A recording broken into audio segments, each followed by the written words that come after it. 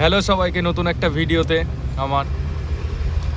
আমি এখন রয়েছি বিহার পূর্ণিয়াতে রয়েছি। আজ দুদিন ধরে আমি বসে রয়েছি, বসে থাকতে থাকতে পচে গেলাম।